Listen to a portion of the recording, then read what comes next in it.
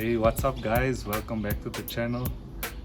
Glad to be back. It's been a while since we last posted our last video, and as you can see, I'm alone today.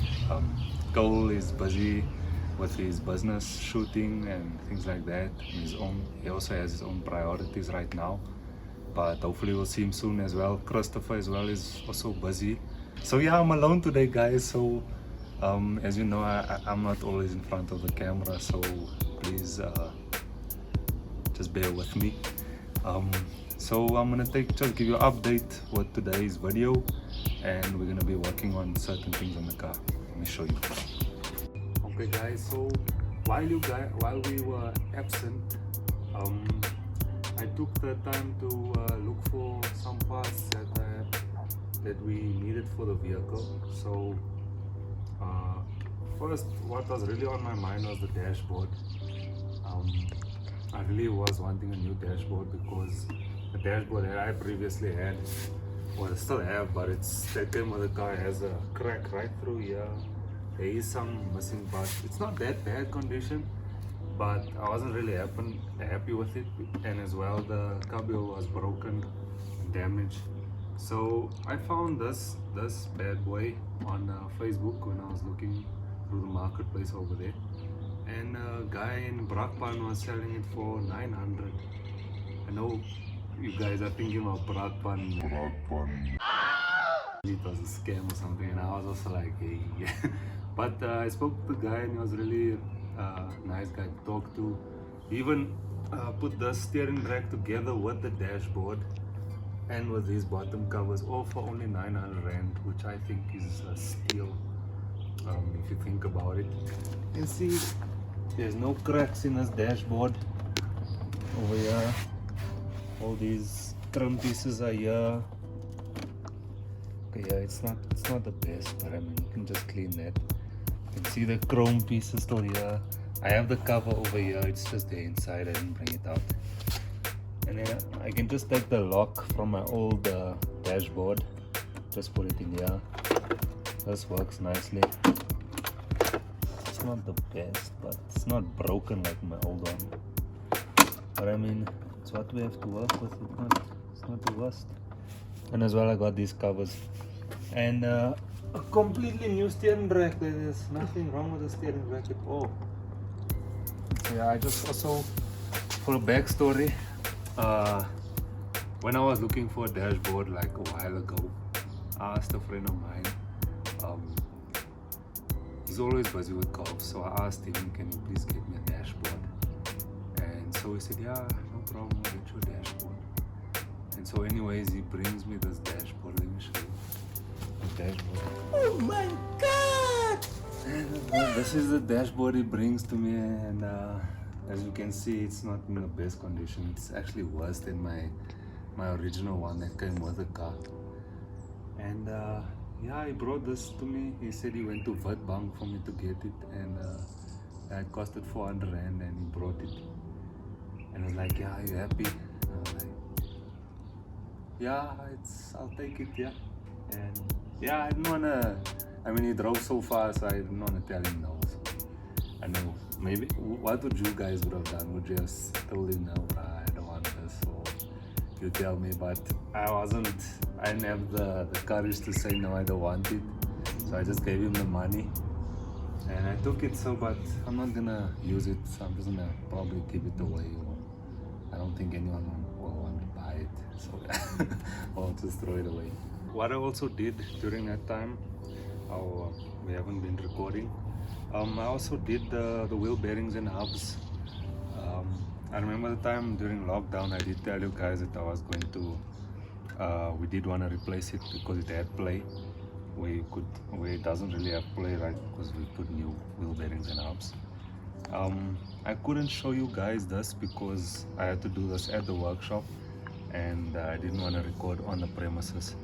So what I did was we just put a press right here. You take out these circlips here. You press first out the wheel bearing hub, press it right there.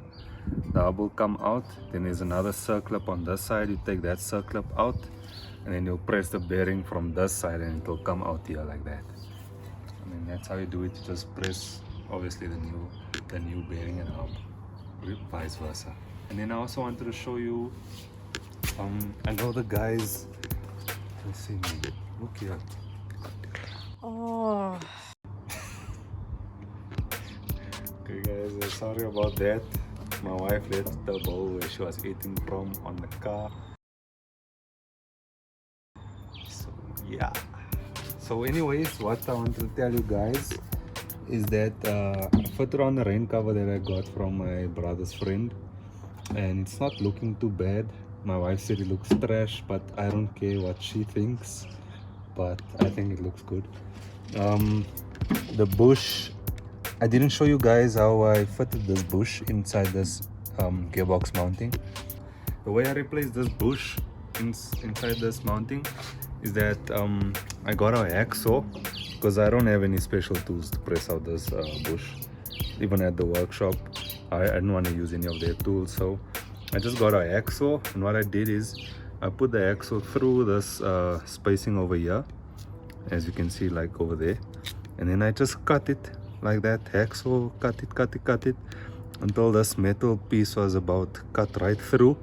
But you make sure you don't cut the holder, the mounting itself. You just want to cut the bush inside the mounting, so this metal piece. And then what I did after I knew that it was cut right through, I took a chisel and a hammer, and I just hit this thing until it came out. And it took about five times that I hit it, and it came right out. And then the new bush has a bit of a different design. It's full rubber, it doesn't have this metal casing around it, so it's full rubber. What I did, I put rubber grease on it, and I just press fitted it with my hands right into this mounting. And yeah, it was quite simple. And one thing you want to make sure of is that these mountings are angled. As you can see, the side is lower than this, and there's also an arrow. So with the new bush also, it's also angled like this, but you just want to make sure the way you're putting it in, you don't want to put it like that, otherwise it's gonna disturb the way the engine is running. Could cause vibrations right through the engine, right through the car, and all things like that. And then you guys were saying in the comment section that you guys forgot the push rod and things like that. Yes, I know, I forgot. I was in a rush, and also it's my first time working on a Golf, so I'm gonna make mistakes, guys, but at least we were able to fit the push rod. And I did want to replace the release bearing, because it's just a good thing to do, and it's inexpensive, so I did that as well. And I didn't need to take out the gearbox. So guys, if you want to replace your release bearing, you don't need to take out your gearbox like with Toyotas, like with me, because they run on the input shaft. The release bearing runs at the back over here with the push rod, which is weird to me. I also just fitted the alternator and the starter. It's not completely fitted, but I just put it in place. I remember I sprayed it, guys, but I didn't like the way it looked, because it looked kind of cheap, so I just used the wire brush and I clean it up, and then I just put the red spray right through here. It's not the best looking. I would like to clean this a bit more, because it's like more gray and this is silver, so we'll get there. And then the starter over here is, yeah, it's done. I sprayed it, cleaned it up, stripped it apart, cleaned it, and put it together. So guys, I think we're making good progress. So today I'm gonna be fitting the steering knuckles. I'm gonna be fitting the new steering rack to see if it's gonna fit there. Apparently that is for Golf 2, but I'm not sure. That's what the guy told me that I bought it from. Yeah, and then I want to fit in the new drive shafts, and yeah, I'm going to show you how it's all done today, guys. Stay tuned. Guys, I'm just going to take out the steering rack now, so long.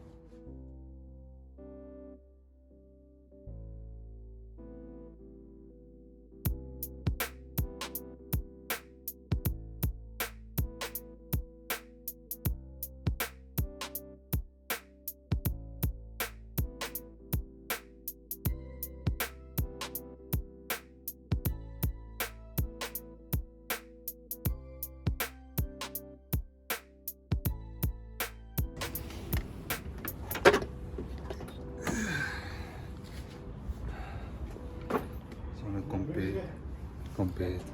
Okay guys, so after taking out the steering rack, I could see that this is definitely not going to work with our Golf. First of all, it doesn't have our bracket. I thought this could detach and obviously just fit on here, but I saw that the brackets are welded, so unfortunately we can't use that. And also the other differences that I saw is that on these splines right here, these splines on the Golf 2 steering rack are but bigger compared to our one, which are more finer if you look closely. And then these mounting places where it mounts onto the body is on different sides, and that's the only difference that I see. But yeah, this I definitely can't use it, so we possibly, if there's anyone that wants it, can give it away for a bargain, or even as a giveaway maybe.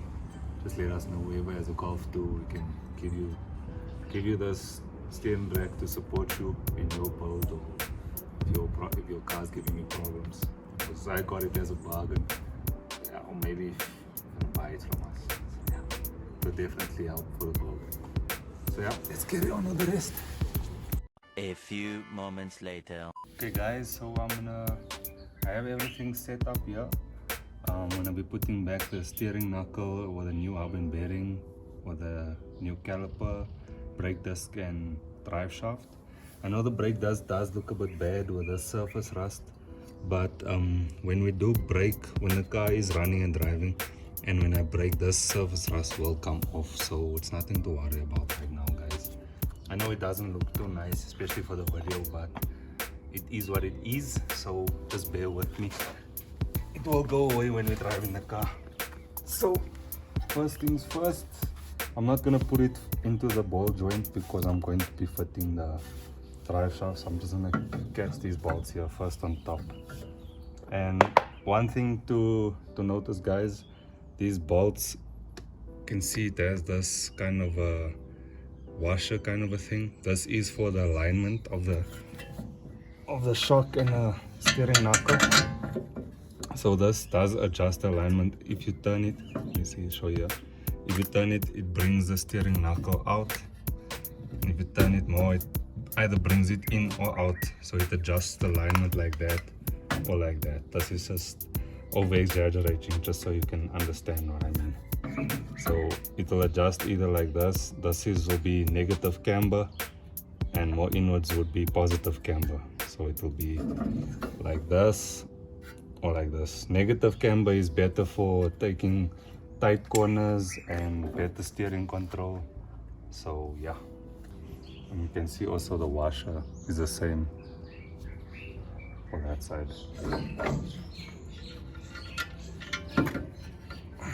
It's for the alignment.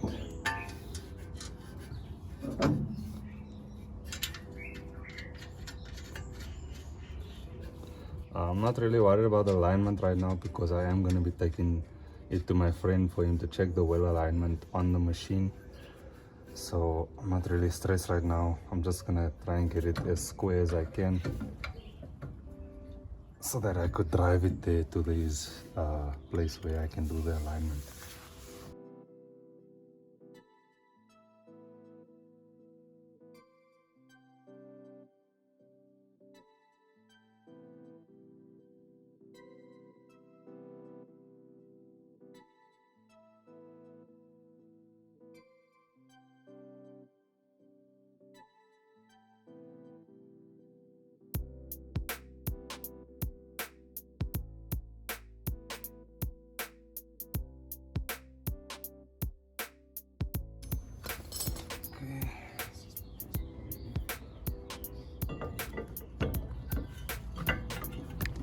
I don't have a screw to put the screw aligning here to keep it locked on right now, so I'm just gonna put it like that.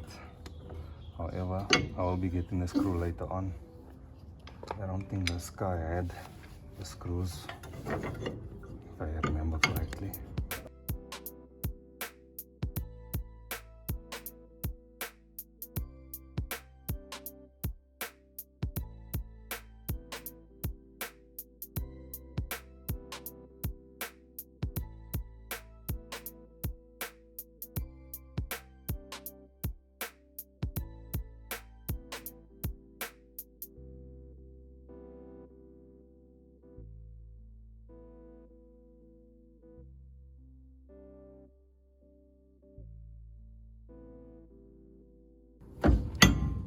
Okay.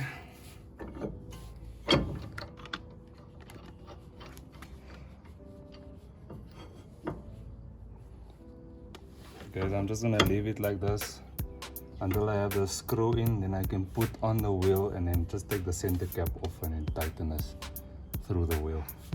So that's it for today, guys. Thank you for being patient with us, waiting for this video to come out. I know it's been a bit of a while, but we have been a bit busy. You know, this time of year, I think all of us are busy. Chris has also his learnership that he's doing with his job. I have exams coming up. Cole this is like his peak time when he's shooting for his business. So we've been a bit busy, and guys, I think we're gonna be needing to have like a short break, like about 2 weeks or so, 2 or 3 weeks. We'll be back around December time,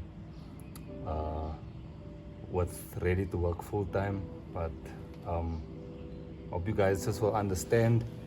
But yeah, thank you guys for all the support, and if you like the video, please subscribe and please leave a comment. We'll really appreciate it. Thanks.